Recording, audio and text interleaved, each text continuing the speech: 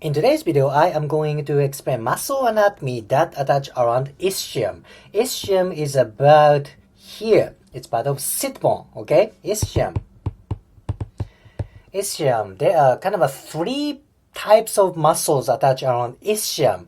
Hamstrings, deep lateral rotators, and pelvic floor, and kind of one additional muscle group.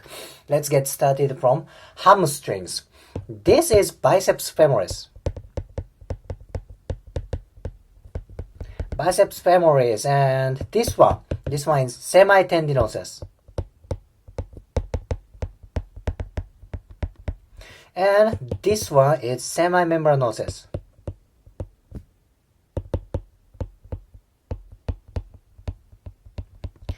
Biceps femoris, semitendinosus, and semimembranosus. Look at that. All hamstrings attached to ischial tuberosity. Ischial tuberosity is sit bone. This is part of ischium. And interesting thing is biceps femoris and semitendinosus attaches to this ligament. This is sacrotuberous ligament.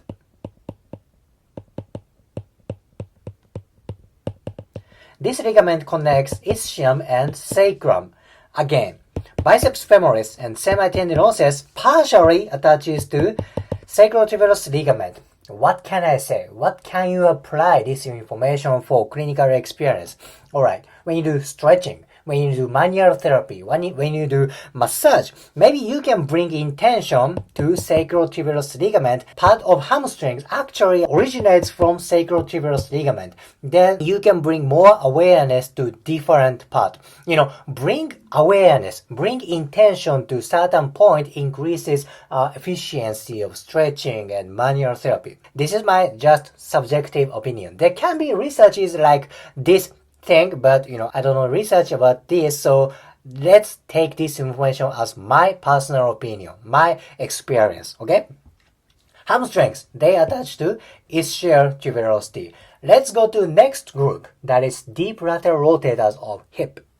There are 6 deep lateral rotators of hip. I want to explain 4 muscles, 4 of them. First 2 muscles are these guys. These guys are gemellus muscle. The upper one is gemellus superior.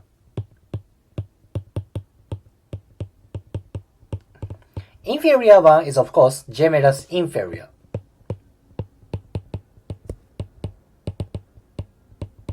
Gemellus superior and gemellus inferior. Gemellus is like a Gemini, the twins, okay? Gemellus superior and gemellus inferior. Look at that. They attach to ischium indeed. Then next one is kind of a deep muscle. This is it. This is obturator internus.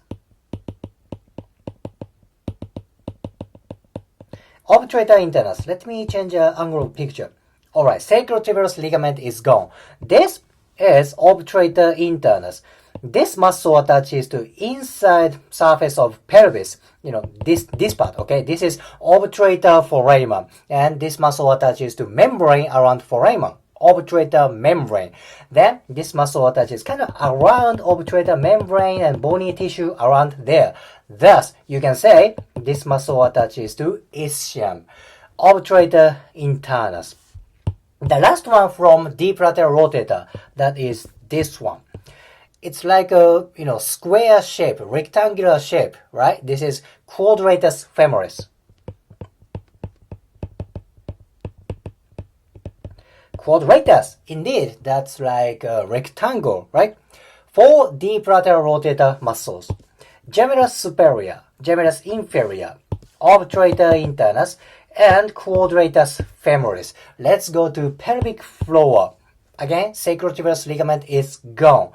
Pelvic floor is these guys. These guys sustains genital organs, urinary organ, and digestive organs, right? They attach to various parts of pelvis, like pubis. Then it attaches to, of course, ischium around here. Okay? 3 main groups: hamstrings, deep lateral rotators, and pelvic floor. And one more muscle I want to talk about is this one. This is adductor magnus.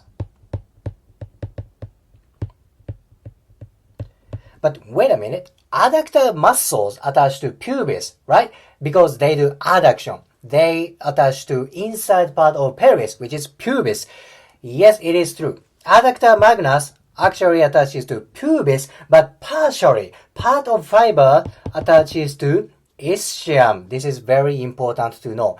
And look at that relationship between adductor magnus and hamstrings. They are very close each other. So some people think adductor magnus is like a fourth hamstrings. Well, this is not the concrete definition, but you can see from different angle that adductor magnus can be a part of hamstrings, fourth hamstrings. Of course, it's not medically correct, but different view of anatomy. Anyway, hamstrings, deep lateral rotators, pelvic floor, and adductor magnus.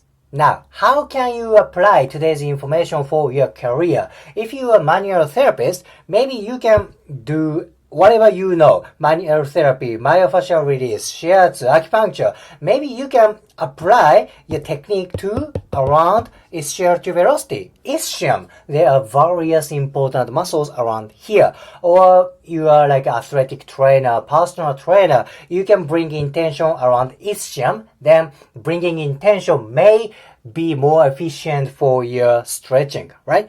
Knowing anatomy is very, very important. If you liked today's video, please hit the like button, comment, and subscribe. See you next video.